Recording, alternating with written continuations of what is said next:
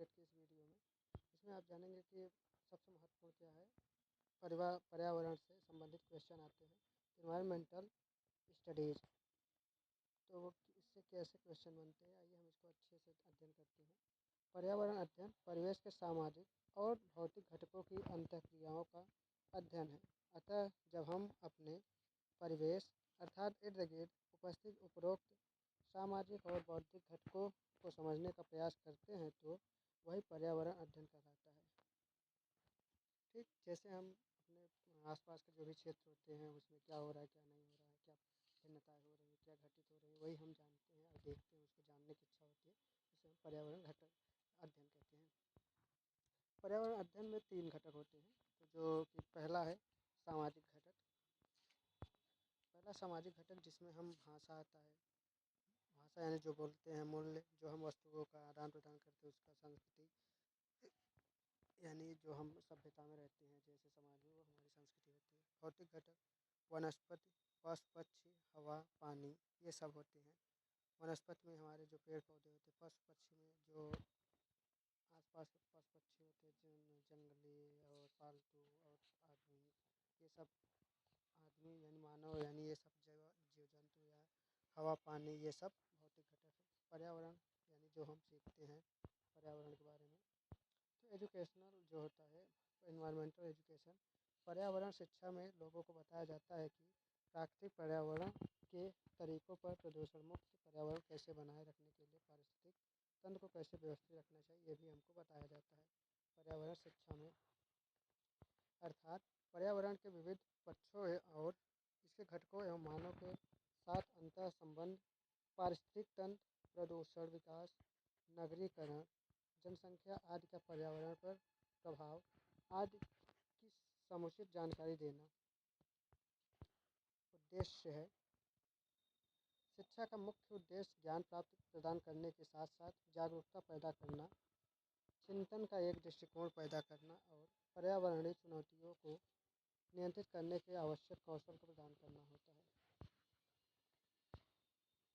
आज के बच्चे आंतरिक खेलों और इलेक्ट्रॉनिक यंत्रों को खेलने में व्यस्त रहते हैं, जिससे उन्हें अपनी प्राकृतिक दुनिया के बारे में जानने के अवसर नहीं मिलते।